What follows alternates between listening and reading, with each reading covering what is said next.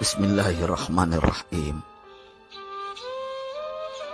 Pada suatu hari Rasulullah SAW ditemui oleh malaikat Jibril.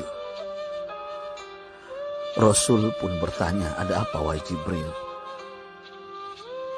Jibril menjawab, "Wahai Muhammad, sesungguhnya hari ini Allah Subhanahu wa Ta'ala sedang mengobarkan nyala api neraka, dan seluruh para malaikat amat ketakutan.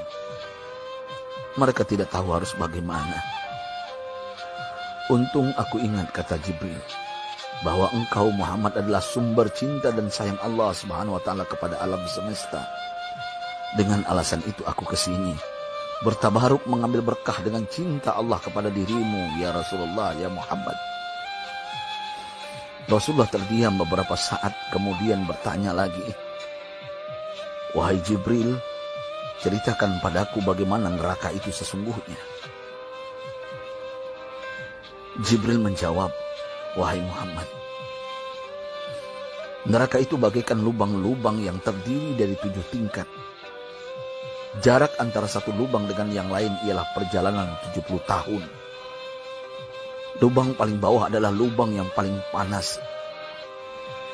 Nabi SAW meneruskan pertanyaannya, "Lalu siapakah penghuni lubang-lubang neraka itu, wahai Jibril? Sampaikan kepadaku, Jibril." Jibril menjawab, "Lubang yang paling bawah diciptakan untuk orang-orang munafik. Lubang yang berikutnya untuk penyembah berhala. Lalu untuk penyembah bintang dan matahari." Jibril terus menerangkan penghuni tingkatan neraka hingga lubang yang kelima, tempat umat Yahudi, dan yang keenam dihuni oleh umat Nasrani. Setelah menjelaskan penghuni 6 tingkatan neraka, Jibril diam cukup lama. Rasulullah SAW penasaran dan bertanya kepada Jibril, "Wahai Jibril, siapakah penghuni neraka yang ke-7?" Jibril diam saja tidak menjawab. Rasulullah SAW mengulangi pertanyaannya, tapi Jibril tetap diam. Rasulullah tambah penasaran dan mendesak Jibril agar dijawab pertanyaannya. Akhirnya Jibril pun berkata, "Umatmu, wahai Muhammad, mereka itu para pelaku dosa besar di kalangan umatmu, yang dimana sampai mereka mati belum sempat bertaubat." Mendengar jawaban Jibril, Rasulullah langsung jatuh pingsan. Jibril merangkulnya dan meletakkan tubuh baginda di atas pangkuannya.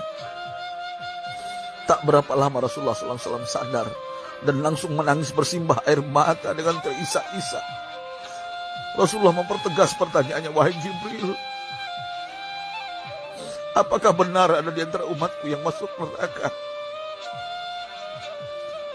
Jibril menjawab, "Benar, wahai Muhammad, pelaku dosa besar di antara umatmu yang belum bertaubat." Setelah itu Rasulullah menghadap kiblat dan sujud kepada Allah dalam isak tangisnya. Sesekali dengan suara pelan beliau membisikkan kata-kata, "Ummati ya Rabb, ummati, ummati, ummati." Beliau SAW tidak mengangkat kepalanya dalam keadaan seperti itu selama 3 hari 3 malam.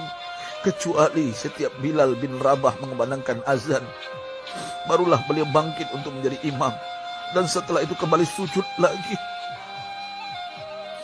Pada hari ketiga Abu Bakar menyadari hal ini. Beliau mengetuk pintu Rasulullah dan mengucapkan salam 3 kali, namun tidak terdengar jawaban.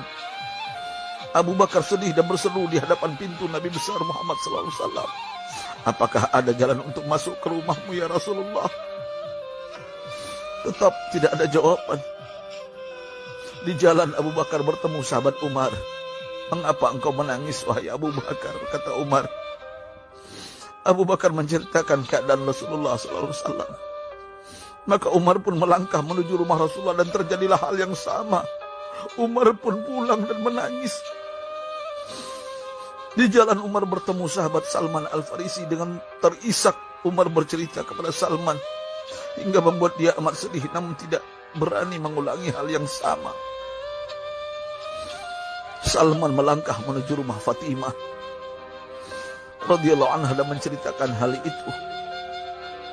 Setengah berlari Fatimah menuju rumah ayah tercinta dan mengetuk pintu sambil mengucapkan salam. Mendengar suara lembut putri tercinta, sejuklah dada Rasulullah. Beliau bangkit dari sujud dan membuka pintu.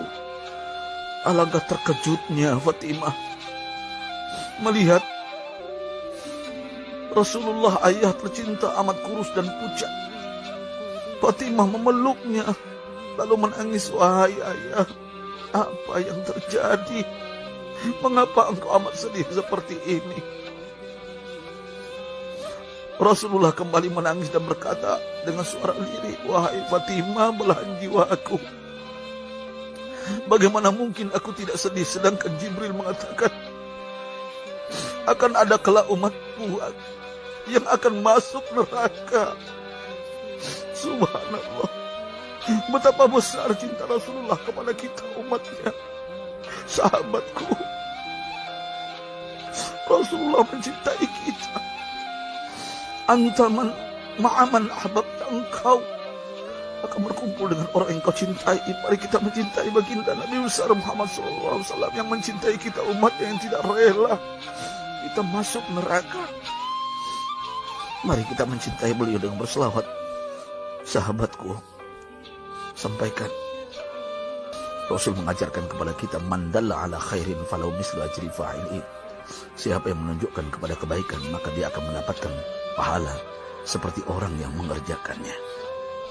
Mudah-mudahan ini menjadi pahala jariah bagi kita.